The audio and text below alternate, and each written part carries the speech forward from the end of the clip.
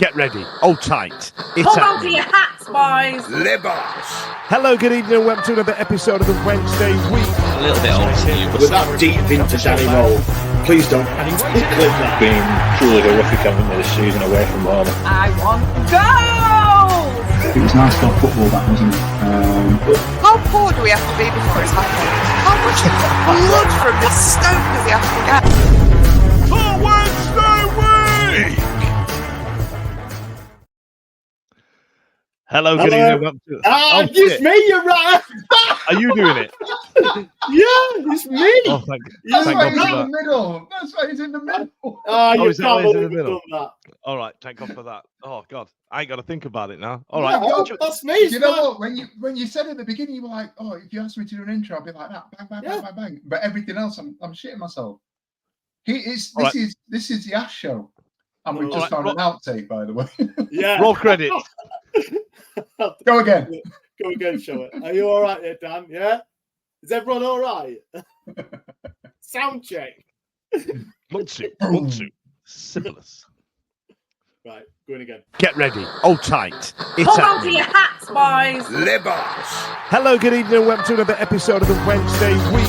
a little bit old to you, but With that deep into Danny Roll, please don't clip that. Been truly horrific, haven't they, this season away from home. I want goals. It was nice-stop football, that wasn't it? How poor do we have to be before it's happened? How much blood from this stone does he have to get? The Wednesday Week! Hello and welcome to the Wednesday Week.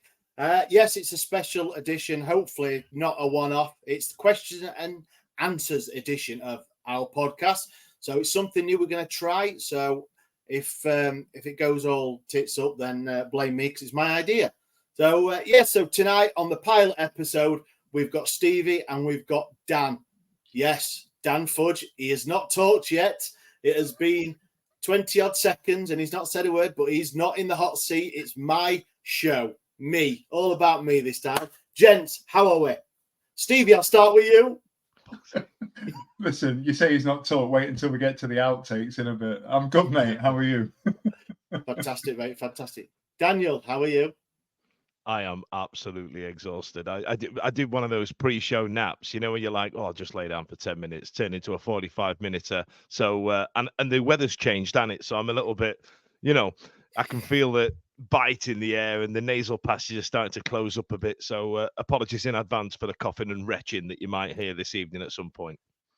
No problem, mate. No problem. Right. So we'll get straight into it. Premise of the new show is you guys, any questions that you want to ask us as a panel, the stuff that's happened in the week, Sheffield Wednesday base, not anything else sport-wise. If you want our thoughts on things, VAR, anything like that, get the questions in through the week and we'll try our best as the panel of three to answer them.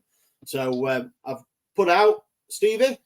So just as a bit of a thing to get us going, what we're doing here is we're, like you just said, we're going to take anything. It doesn't have to be Wednesday related. That's right, yeah?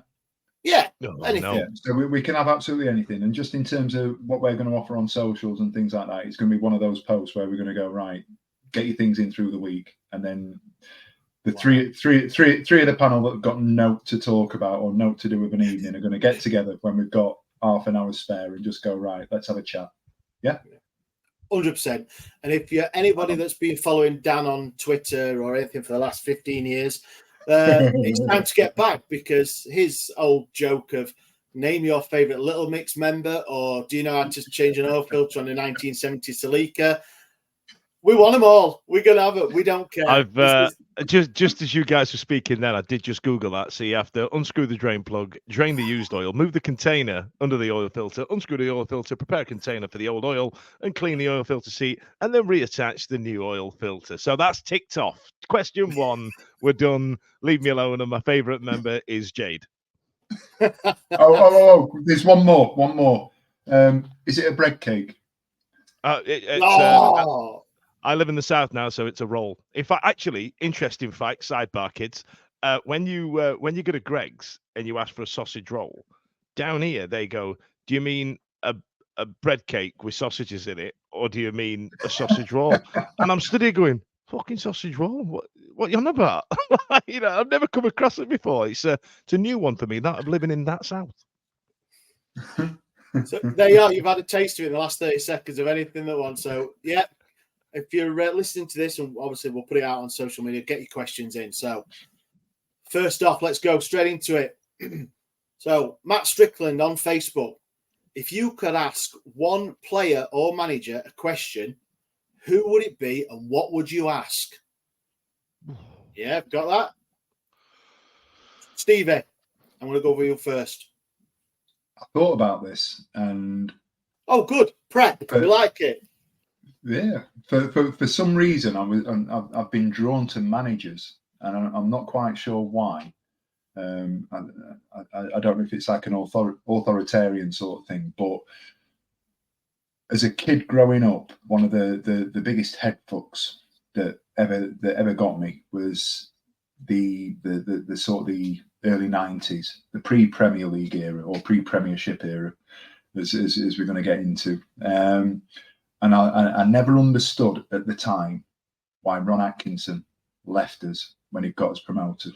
And I, back in those days, I was sort of 13 years old, 12, 13 years old. We'd gone down, and as sort of time, history has sort of come back to it. And we now look back on that time really fondly, and we look at, history. You look in the sort of 2024, there's no way that a team like Burnley would come down, retain the entire squad that they had. It doesn't happen. We kept Roland Nielsen, for example. The year we went down, he went to the World Cup. Do you know what I mean? Or was an international player in that Sweden squad. And we had players that could have gone on and were playing international football and were doing this. And we retained them in the second tier. That doesn't happen nowadays. For whatever reason at the time, we managed to stick to it. And we went on that run. The League Cup run probably hindered us a little bit in terms of our league position because we didn't win the league. We could have won the league and probably should have won the league. But then coming back up, there was an air of excitement. And I remember going to the City Hall and, doing the whole sort of open bus stop tour sort of thing in 91. And then it just went south.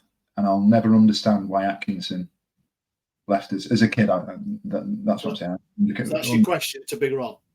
Yeah, so I'd say I'd want to know, Ron, why did you leave Wednesday? Behind the scenes, he'll have told that story. He'll have explained it. Based in the Midlands and so on and so forth. But for me, as a kid, I loved it. I loved that time. I was so optimistic. It was almost like the pre-season that we've had now. Optimism.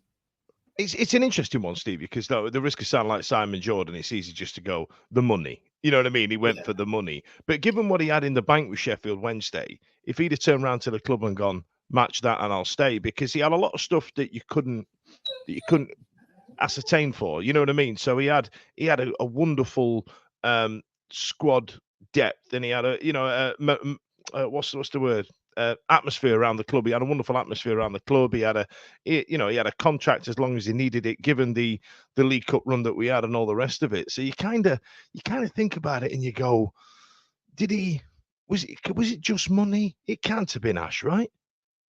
No, can't be. Nah.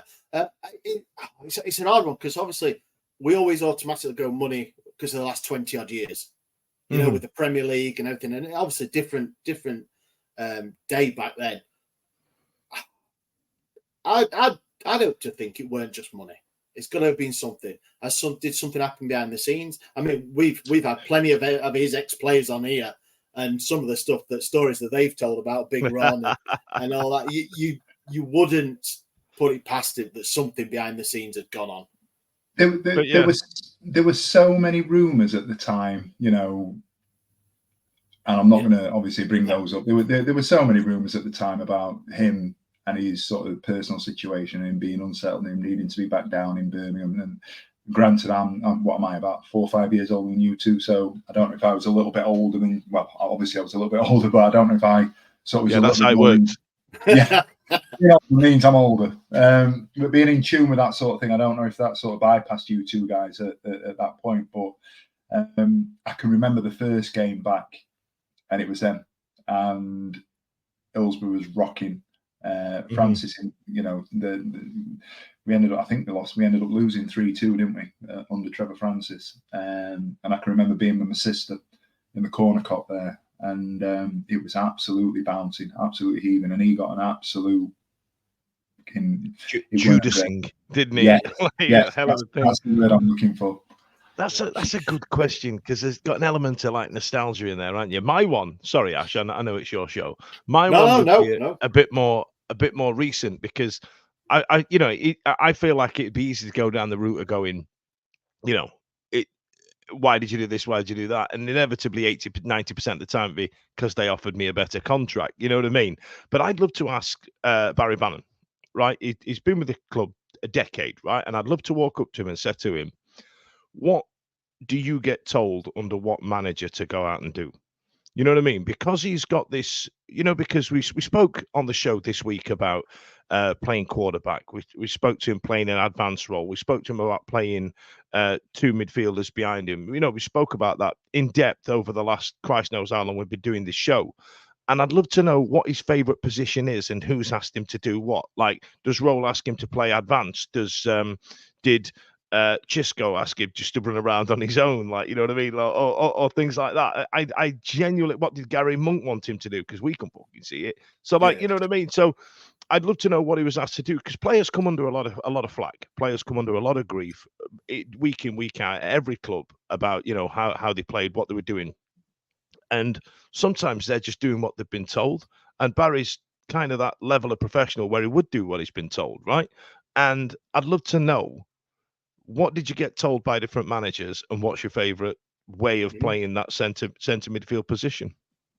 Yeah, so you've gone more as like a general as well, so that could apply to players in general, about different managers asking you to do a certain type of job. Because we sat there looking on, we come up with all sorts, don't we? But if that player has consistently performed and stuck to the manager's game plan, then they're doing their job. But it just perceived to us, it might be like, bloody hell, what's he running around like an headless chicken for, or something? Yeah. Do you know what I mean? So I think mine's a little bit in between you, both of yours. We haven't planned this, by the way.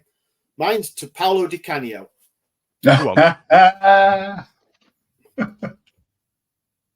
What the fuck went through your mind that split second?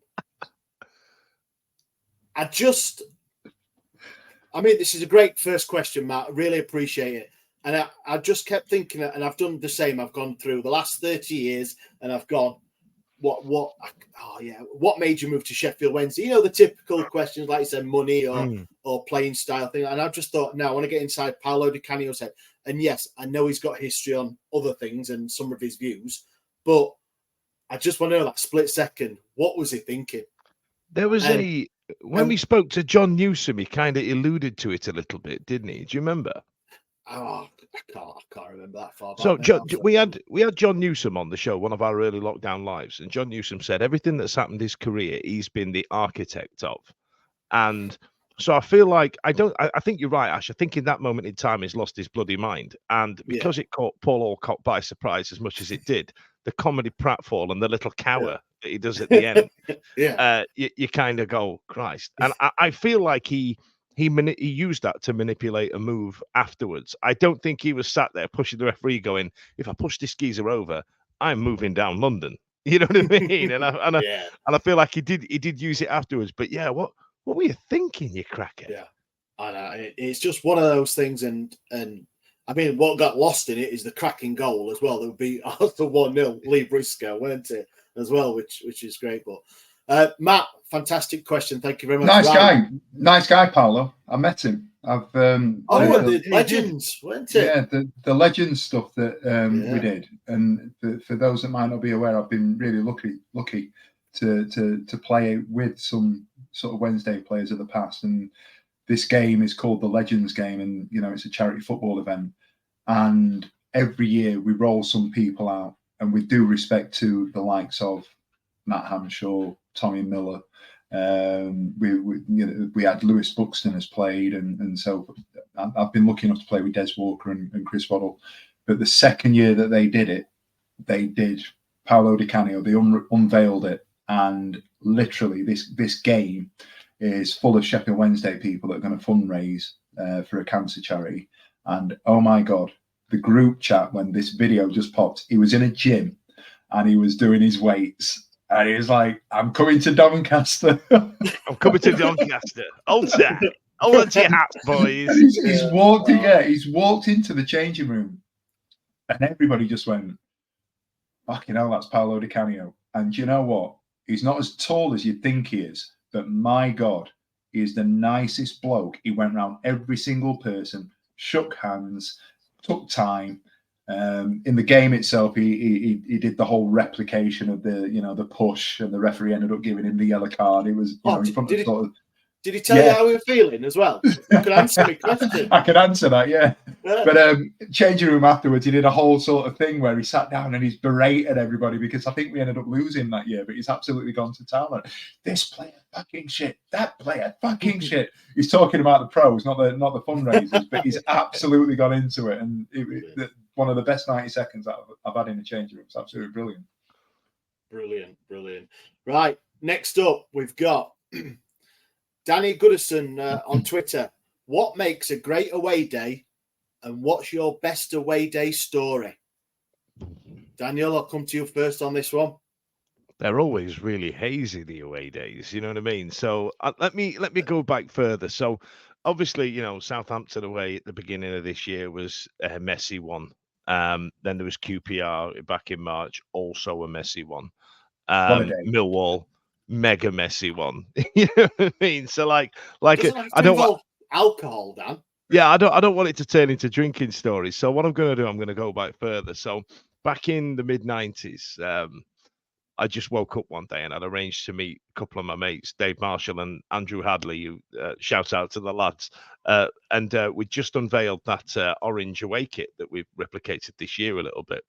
And the week before, I just got up and effed off and I'd planned it all.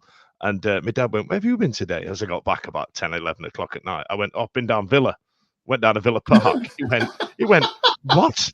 I went, yeah, just went down Villa. You know what I mean? Because I knew he was going to be out that day. So I went to Villa Park. So the next time we went away was Derby County. And I don't know if you remember Derby County. It's just like St. Mary's. And they'd not got this. And we went down on the Intercity Owl. And that coach was absolutely slammed. And there was this...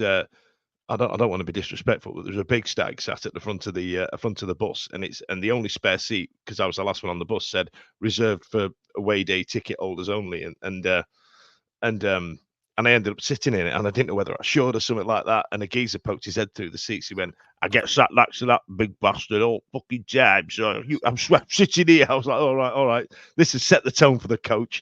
And then, the inevitable stop off and the buying of the beers and stuff like that. And one of the lads, not one of the ones I went away with, we'd all had a whip round and we got go to this shop and get a load of beer.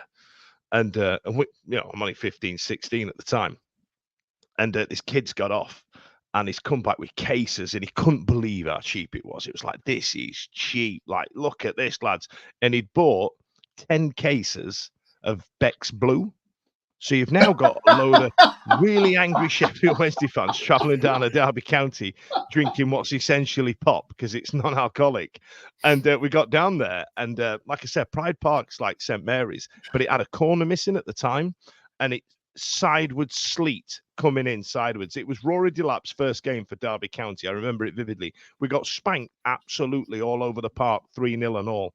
So, yeah, I'll never forget that one. That was a good day. And I remember Hadley on the coach went, are we just going shirts only, boys? Yeah. Oh, John Dooley was there as well. Yeah, let's do shirts only. Sideways sleet, piss rain, stone cold sober, 3-0. Now, I don't know if that makes the best away day, but it's one that sticks vividly in my head. That doesn't involve me getting boshed up. In fact, actually, quite the opposite. You know what I mean? But it's what makes a good day. It's your pals, isn't it? And the shit that you talk and the banter, and it doesn't take a lot for a bloke to be happy, and those type of environments are usually the best ones. Stevie, what about you? I'm a little bit different in that I didn't do away games until I started traveling with my daughter. I was always watched, and we'd always go to the games and what have you. I'd always go home, but it got to a point where for a long period of time I was either playing or coaching, managing, whatever. So I never got the opportunity to do the away days as a kid because I was doing other things. And it was only when I really sort of connected back to match days, and it sounds quite melancholy, but I had to move on at this stage in my life because I was getting a little bit older and I was getting a bit fed up with the whole cycle of Saturday grassroots football where, you know, you've got your 10 bob millionaires that are turning out and they're going to play football for, I'm a semi-pro footballer because I'm earning 20 quid by this bloke who's going to pay me, or he's going to give me 3 pints if I score 5 goals or whatever. You know the stories, those sort of things. So it was only in the last sort of 3-4 years that I've started going away on a regular basis post-COVID. And my daughter's got involved, Molly, a friend of the show. Her first proper away game was MK Dons on the Saturday night, and we decided we were going to make a deal of it. So we went down to Milton Keynes. We booked ourselves a hotel. I'd not done Milton Keynes. Molly's mum, Louise, she had Hilton on us at the time, so we decided we were going to get into the Hilton. I didn't know that the Hilton in Milton Keynes is attached to the ground.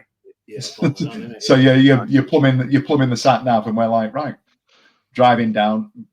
She's made a deal that she's got the pink shirt on. She's looking a bit. Plastered a picture on socials, got loads of love for it, and I'm like, oh yeah, Molly, look at this, and she's absolutely bang on.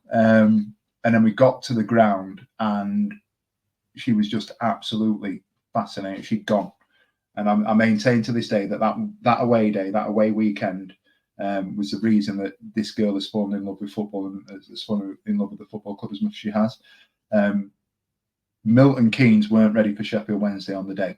They weren't. Who is? So literally that. So, you know, when you're like, fucking massive and all this and the other, Milton, for people that haven't been to MK Dons, it's situated on a retail park. So you've got literally a row of shops, like stores, supermarkets, eateries on the periphery there. So we've parked there, we've gone in, we've checked in, we've gone up to the hotel, and we'll go and get some food. But then every Wednesday fan turned up. And there were more Wednesdayites than MK Don fans there at the time. And round the back, where the away fans go in, is a KFC. So you imagine going to the KFC at the end of the KFC on Penistone, or the Burger King on the roundabout there, and having 4,000 football fans going in and trying to process them in an hour. So we had to experience all of that. So we finally we'd been there an hour before we got our food. Then we've gone in, and at the time, bless her heart, she's only sort of 8 years old. The noise levels, and I'm talking of the Wednesday fan base here. The noise levels as we've gone in, it's a new stadium, so there's lots of opportunity to make noise. Everything's metal, you can bang on it, it's going to make a noise. I was worried. She's gone in, she's giving it hands over ears sort of situation, and we've got to our seats, and the stadium's fantastic. To be fair, it's small, but it's too big for MK Dons, if that makes sense. We've gone in, and within 5 minutes, I'm looking around, and there were people looking at me like I'm some kind of irresponsible parent because I've taken my daughter on a Saturday night. Social services are waiting. Yeah. And then we scored the first goal. Was it Berahino? I can't remember. I think Berahino scored the first goal. We've gone in early, and we were. It wasn't the Bannan Wonder goal one. No, that was the third goal. So I think we were 3-0 up after half an hour. Yeah, it was that game. We were 3-0 up after half an hour. First goal goes in because she's holding onto my hand like that, and I'm thinking, fucking hell, I'm gonna have to leave here. Back to the hotel. We're gonna have to watch it on the TV or something like that. Just have a look exactly. Yeah. First goal went in, and everything changed.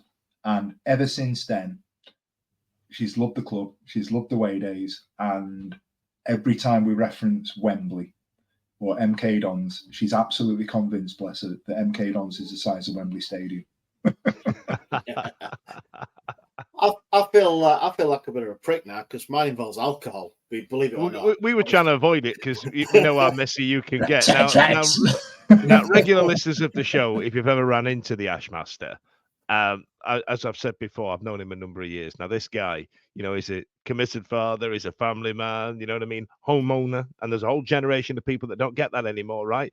And this guy used to be an absolute animal. We used to go down to the zone in Rotherham and we couldn't get him off the podium dancing. So on this day that I think you're going to talk about, we had Party Ash. And that geezer's an animal. No, it wasn't that. It was, I'll tell you about it. It was Saturday, the 11th of March, 2023.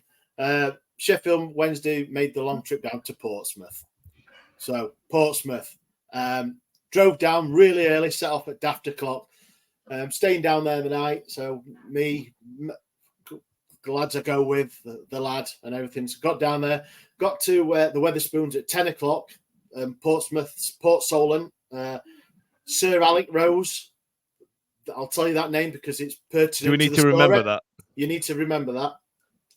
Take a note. Take a note. Take a note, mental note. So in there, so all you do, you couple of lemonades, yeah, and so a bit of breakfast, just caught breakfast. We had a few beers there. Found Dan, obviously, out where are you? So we met up. So we had a few more beers. Went into town, got Wetherspoons in town, met up with Holly, Beastie, Dan, a couple of other guys.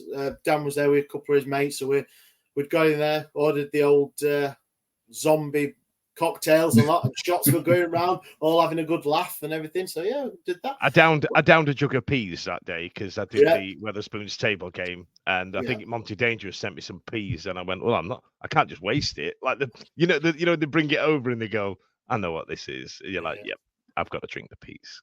So it's the football, isn't it? You with your mates and my lad, and the Si off the podcast. He was there with his lad as well. So it's exactly what Dan said. It's the whole atmosphere, who you're with, and all that. And luckily, my son's a bit older than Molly, so he goes to the pub and he'll have a beer and all that sort of stuff. So gets to the game, and this is in the long unbeaten run. I think this was the 22nd or 23rd game.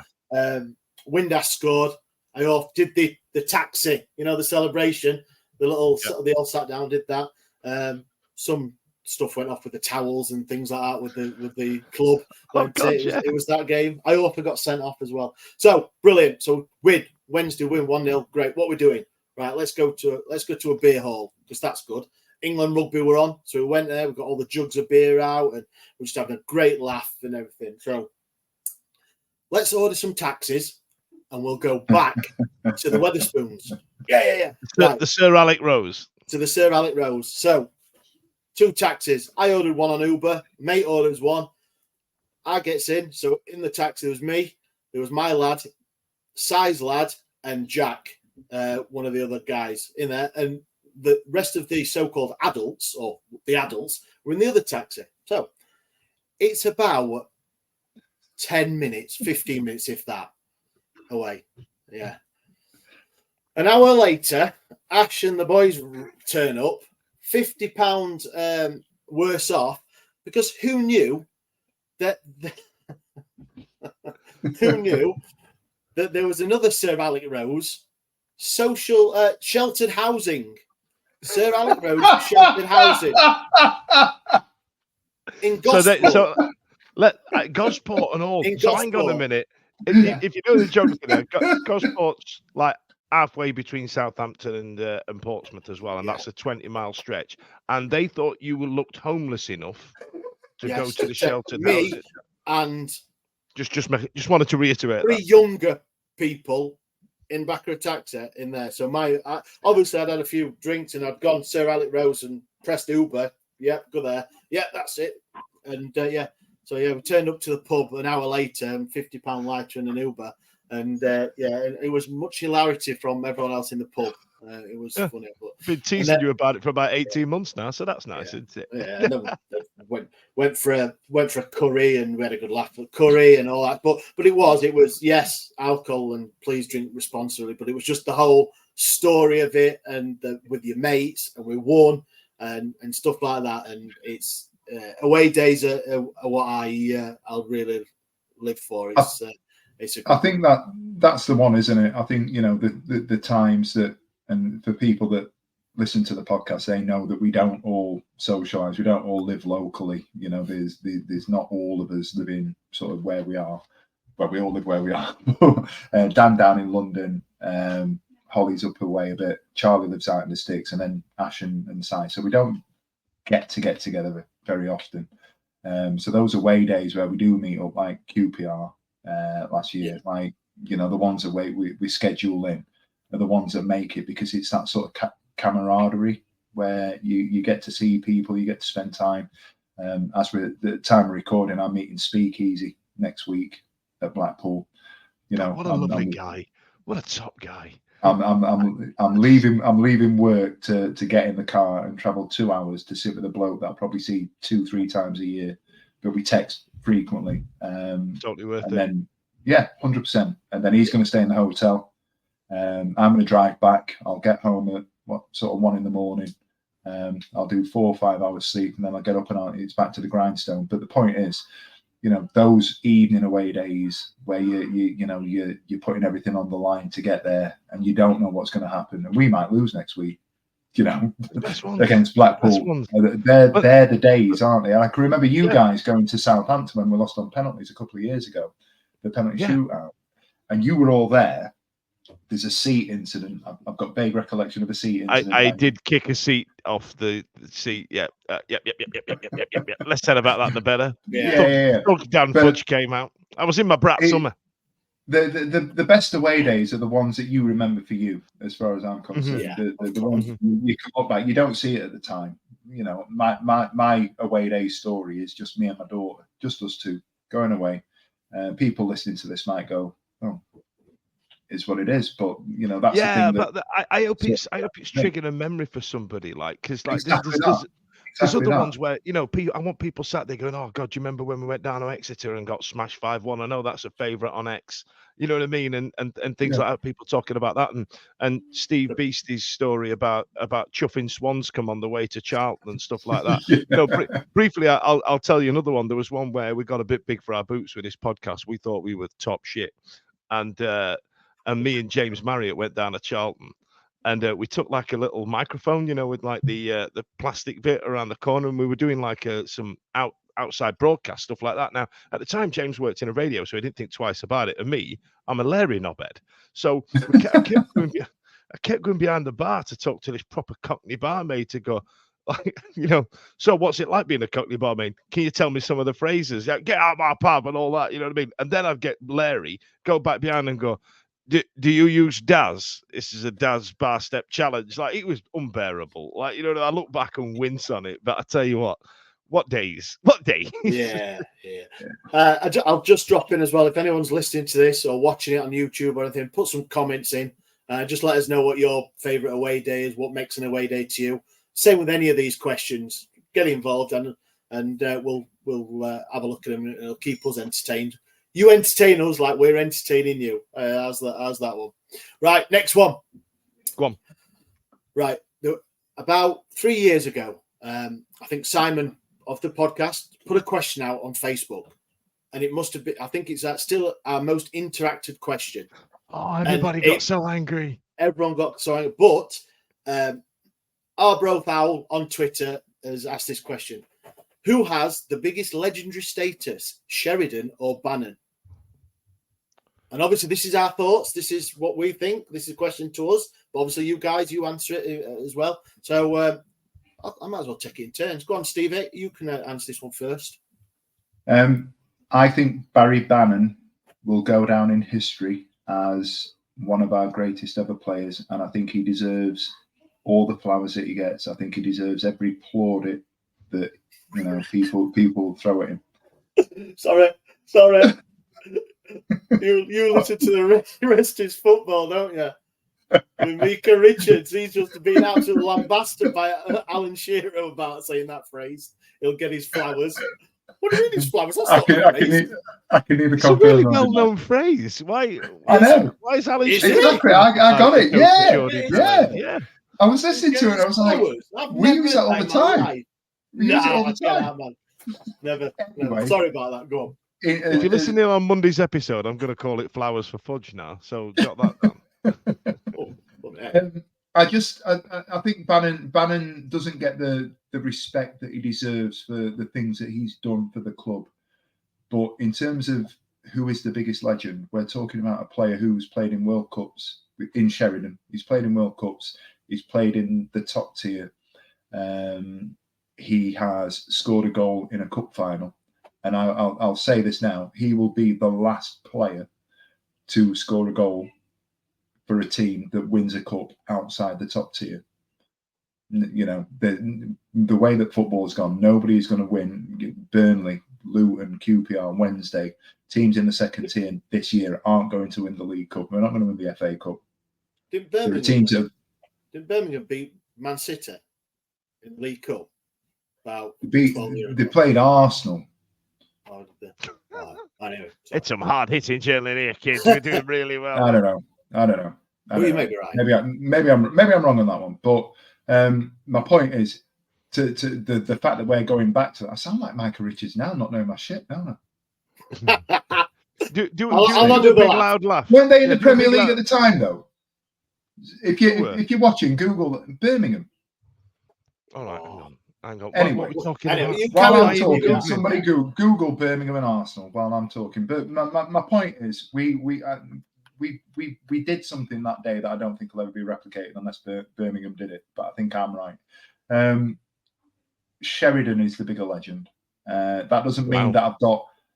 It doesn't mean that I've got any hate or disrespect or lack of sort of affection for Bannan, because I think Bannan's great and Bannan rightly will take his place as a legend for Sheffield Wednesday because of the number of games that he's played. And if you want to take the sort of the qualitative side of it into it, when things went wrong, everybody abandoned ship and he stayed. And I'm not saying things went wrong and they went wrong from us being in the Premier League, but things really went south. And I'll always remember that statement where I'm going down with the ship and I will get us back to where we need to be.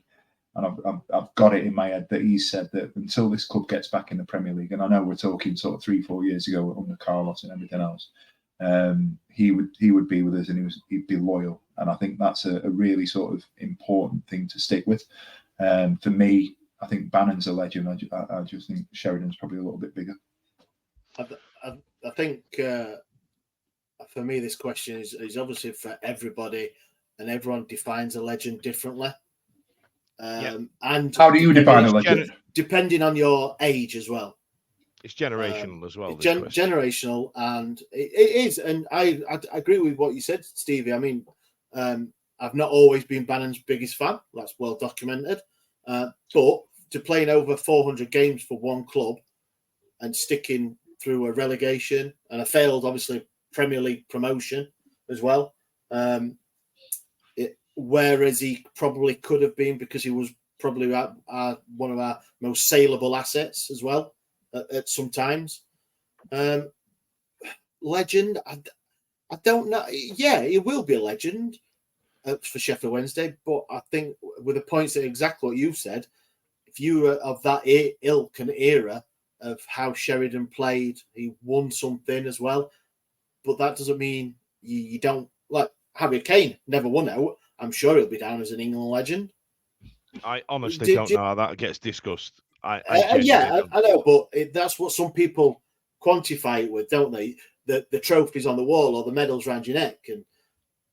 But I think for you, for whoever, a legend is how you perceive them, that one person.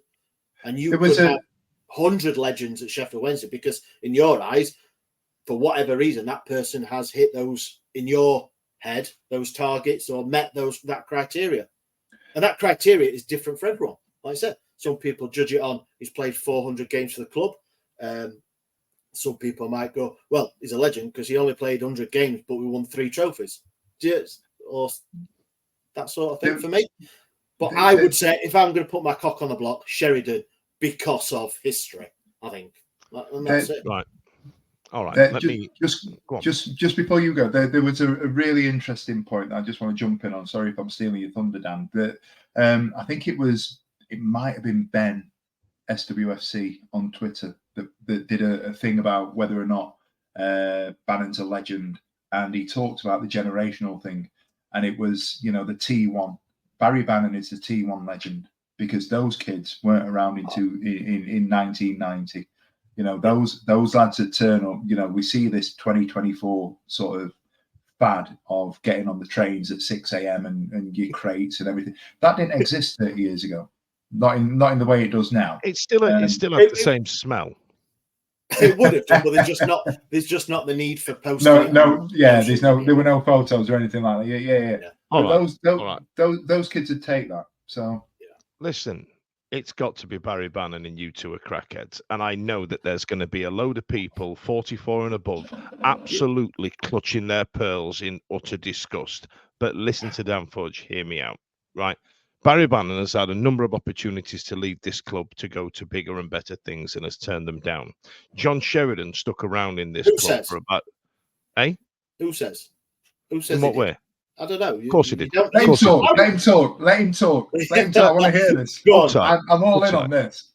So John Sheridan, his last 2 years at the club, he got loaned out to Birmingham, wound his contract down, then ended up kind of shuffling out the back door. Now, that's not to say that John Sheridan wasn't the better player of the two. Highly decorated in terms of international caps, decorated in terms of domestic trophies, even scored the goal that got us a domestic trophy. He's a better player. In terms of what makes a legend for me personally, it's what they do outside. And like I say, Bannan's had opportunities to leave. Of course he has. People that have been sniffing around him all the time. We've rewarded him with contract after contract for reasons, because he was our better player at the time. He's a really valuable asset. And at this level, in this moment in time, where Sheffield are and where they've been, Barry Bannan, from the outside looking in, has stuck with us. Or even when we went down and he took a hell of a pay cut, didn't he, when we got relegated, right? Stuck with us. I don't think John Sheridan had done that. Now, on the flip side of it, John Sheridan has outed himself as a Manchester City fan. And I think if you said to Barry Bannan right now, who do you support? He would probably say Villa, right? So that's a draw Celtic. On that one. Celtic. Celtic. Obviously Celtic, right? Yeah, so that's a draw on that one. If you said to him, who's your second team, if that's a thing, he would probably say Oldham or Chesterfield with Sheridan. Barry Bannan would say Villa or Celtic, right? So again, it's another draw. However, pros and cons here, Dan. Bro, you've got a scoreboard. What we're overlooking here is how much Barry Bannan's done for the club outside of the football pitch, even down to last year for the fundraiser he did, where he had Steve Bracknell mugging him off on stage. He had Pete McKee making him look like a million-year-old man on the artwork and stuff like that, raising money for charity. John Sheridan didn't do that. Now, I appreciate it's generational in terms of what was available and how you could have advertised it and stuff like that. And John Sheridan did turn up for the 25-year anniversary of the 91 Cup winner. But it's not like they weren't getting paid. You know what I mean? They all turned up and they all took a wedge. The only player that didn't turn up was John Arts because he lived in bloody Washington. You know what I mean? So let's not. I feel that for me, legend is how they take. My internet cut then, didn't it? For me, legend is how they take the club to themselves. And I think Barry Bannan has assumed more Sheffield Wednesday inside of him than what John Sheridan's done. Because I think John Sheridan was a better player and is one of those textbook football men. The one that will bounce around and get the best contract for himself and get the money for his family. Barry Bannan has set roots in Sheffield. He's bringing his family up in Sheffield. He's married to, he got married in Sheffield, right? So, he's married and settled down in Sheffield. So I think in terms of legend on how you want to quantify what legend means, it's got to be Barry Bannan. However, Sheridan was a better and more decorated player. Fight me. I'll fight you. Oh, go on then. This was going to be just a short 20 to 25 minute little. I know. I'm looking at the time. I know. I'm liking this. What it is, we're not recording on Monday night, so Dan's got all night. And he's not editing tonight. So. Yeah, I'll talk all night. No, I get all of that, but let's go to the year 3000 to borrow a certain song. When you look back on the potted history of Sheffield Wednesday, they'll look at the headlines, and unless and Sheridan's name will be there. Yeah, it'll be Sheridan, Dink, 1991. you know. But I take your point. I totally understand the point you're coming from. My daughter will appreciate Bannan in a way that she'll never appreciate Sheridan. Yeah, Maybe we will. Maybe we will. Anybody 30 and younger will probably appreciate Barry Bannan more than they'll appreciate John Sheridan. Now, I know, and I'm going to apologise to all the Wednesday Dars listening now, going, I can't bloody believe you just said that. Just, you know, it's not all about you. Your personal circumstances do not dictate the outcome. So, you know, like when people on Twitter say that I prefer, you know, Yorkies over double deckers, and they go, well, I like Yorkies, ergo it's true in your head. Have a minute. Just have a think. That's the beauty of this episode, Dan. It's the question to us, and it's our take. And that's I don't normally get to proffer opinion like that, so I enjoyed that. That was fun. I think everyone had got a new side to you there, Daniel. I think. Yeah. That's it. So, one more question, right? Time's getting on. Right, forgive me. Is this Owen? Owen, it is, isn't it? He's really funny, actually, Owen. If you get the opportunity to find Owen on Twitter, some of his output is absolutely, he gets shit numbers, and it's real. Every tweet I kind of want to write underrated tweet. Yeah. He's actually hilarious. Give him a good follow. Guy. It's really very good. He's good. So his question is: new ground away from Hillsborough, yes or no? Daniel. I'd drop it like third period French. I know you've got a strong opinion on this question. We even discussed it on Monday, didn't we? When we had Clive Nicholson on about, we had the choice between Carbrook or Hillsborough. Neither were a good choice. Let's be honest. But I think I from a more cerebral and a more, from an operational point of view, it'd be easier for me coming from the south to get off the train station, have a city centre stadium. I'd love that. However, it's the fight with them that annoys me. I can get off at Sheffield Central and walk to Sheffield United. I have to piss about with a tram and a taxi and all the rest of it to get to Hillsborough. And it kind of annoys me that they're the city centre team. It kind of bugs me. I'd rather want they're on that side of the city and we're on this side of the city centre, not a 4-day camel ride and a tram ride away and get a pork sandwich with stuffing. You know what I mean? I would happily move away from Hillsborough. However, being a bit of a socialist, I would hope that the area of Hillsborough is somewhat remunerated, having seen when I moved to Southampton, what happened when the Dell moved down to St Mary's. So, there's an element of that sticks with me. But purely from a club perspective, I'd rather have a new soulless bowl as long as it's in the middle of the city. And I know that, again, sorry, Wednesday Dars. You're upsetting everyone tonight. I know, isn't it? Controversial, me. Stevie, what's your thoughts on Hillsborough? I love it. I love Hillsborough, and again, I wasn't on. I'm glad I'm in the middle of this. I wasn't on this week, but I listened back, and I thought Clive spoke really well, even though he's a Forest fan. The thing that gets me, I totally agree with everything that Dan says, and it's a real bugbear of mine. And we've had this conversation privately, and I think we probably had it on the pod. The city centre clubs are the ones, and with Sheffield being what it is, 2 universities, the links to get in, the location of the city. If we get a lot of migration into Sheffield, and we're talking about getting a new fan base, and we're talking about getting more people supporting the club, and so on and so forth.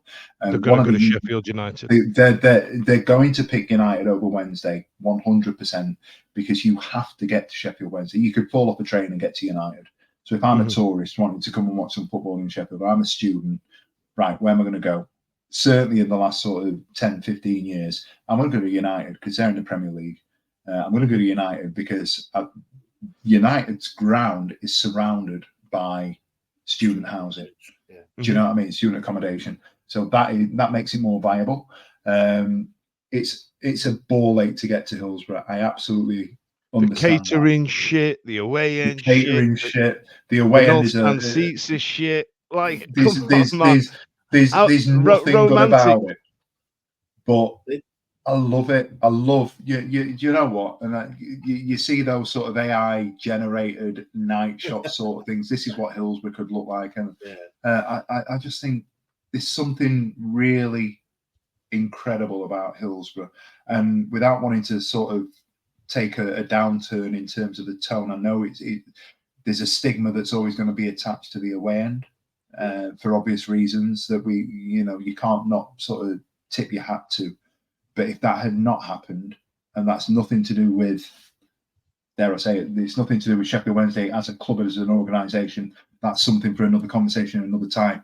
But even if that weren't there, it's a fucking rust bucket, but it's our rust bucket, and I love it. And when we talk about moving away to another ground, we talk about moving away to another location. The two things that I'd say, the first thing I'd say, the most popular thing about amongst Wednesdayites is, if we were going to move grounds, let's knock it down and move to Hillsborough Park. Well, that doesn't help Dan, because he's still going to have to get on the tram or a taxi or travel 15-20 minutes to get to a new stadium. And it's not just me, by the way. I don't want to leave Hillsborough just because me. I do get on the train with a number of people. You know what I mean? So from a geographical point of view, I don't think it makes sense in that sense unless you've got somewhere located in the city centre. And I don't know if there's anywhere we would go to. I know that honestly, if it tore down Bramall Lane and there was a ground share, Milan did it, I'd snap your hand off. I'd do it. It makes sense for the club. It makes operational sense. You can't tear Bramall Lane. I know you're talking San Siro type situation. You can't tear Bramall Lane down. You'd have to do something really sort of significant. Like I can't even think of the location. You'd have to level the ground, an area of land the size of that stadium, and give it the infrastructure, the parking, the amenities, and everything around it. I think we're sat there, and I think tradition and nostalgia is what keeps people going to that stadium. And what is it? Winston Churchill said, "Tradition becomes what did he say? What did he say? Something about flocks of sheep." He said, "Tradition becomes our security blanket when the mind, and when the mind is secure, it is in decay." And that's what's happening. Tradition is the thief of development, and let's move on. Come on, man. Where the fuck is he getting this from? I do not know. He's got time on his hands now. He's not keeping all three of us under control, and he's sat his laptop there. I don't know. I think we should leave it on that. I don't think we should. My answer is just to sort of put a pin in that one. My answer is I'd like to see Hillsborough. I'd like to stay where we are. I understand the ball late to get there, but I'd like to think that we as a city, as a club, we could make it easier to get to Hillsborough. If we modernised it, sorted out the catering, modernised the away end, tore that down. You know what I mean? Exactly. Sorted out those big god awful bloody pillars that sit right in our home end. You know what I mean? There's a lot there to sort out, and then the infrastructure as well on the outside. Honestly, come on, man, come on. I agree. For my 20 seconds worth, for me, I love it, and every supporter and fan of a club that has got an old traditional ground, when it's full, a la Arsenal all them years ago, Peterborough, even Newcastle in the cup, there's no better place, is there? I'll tell you what. Listen, I can't imagine. It's a great point. I can't imagine. Stevie alluded to it earlier. MK Dons. I can't imagine, but I'm sure fans of, say, Middlesbrough, when they've had a big cup game and they've sold out, or what do you know? They're at Riverside, one of the first ones of the bowl type. They could probably say the same, but I can't imagine the atmosphere, the feeling of every person in each stand for the 33,500 that were there against Peterborough. You'd get that when you have a bowl. And that was the caveat. That was the caveat. If we are rebuilding the stadium, I'm going to want square. I'm going to want square. I'm going to want four sides. I want an away end and not some shitty corner or some shitty tier. I want an away end. But does it not annoy you that like the away fans have a better view than us? Do you not look over there and go, where's your big dirty pillars? Like, you know what I mean? There is the whole stigma of that end and everything. Give him corner. Give him that corner. Give him that shitty corner. Give him that northwest corner. But for me, if we can stay there, if we can modernise it, get rid of Presto on the west stand, get rid of the pillars in the Kop which take up a couple hundred seats, Yeah, I'd stay where we are. Infrastructure is a big thing for all over the UK, so I'm sure there's got to be some way of doing it to make it more accessible, easier, free buses, free trams, whatever, to get to Hills. Because I love that. I love that they've gone, hey, this area needs a tram system. Let's put one in. How often are the trams? Every 20 minutes or something. Yeah. And how many trams are going to be on the football specials? Well, we're not doing football specials, but how many trams are going to be, going down the back of the Leppings Lane end on a Saturday at 5 o'clock? Probably about 3 carriages. Like, far to a shit fight. And everyone listening, watching, that's it. That's the inaugural episode of Questions and Answers. Obviously, it's up to you guys if we do another one. maybe not this long. We got carried away. This long. We have got a bit carried away. It's supposed to be a short form podcast, but hey, if you've tuned in, listening, thank you very much. Like I said earlier, if you like the questions, get on the socials. Get your answers in on the socials, on YouTube and all the others. And look out for it. Send us a question. DM us on Twitter. Email us. Just look at our social medias. The contacts are all there. But thank you very much for joining us, guys. It's been a pleasure as always. And we'll play out on our outro. Cheers. Every week, live from 8 p.m. It's the Wednesday week, bringing you football analysis. He came in. I think he scored a goal. Bringing you banter. Yeah. Bringing you responsible life hacks. Met you wonderful souls at 10 a.m. for some shots. The Wednesday week. 1, 2, 3, 4 live.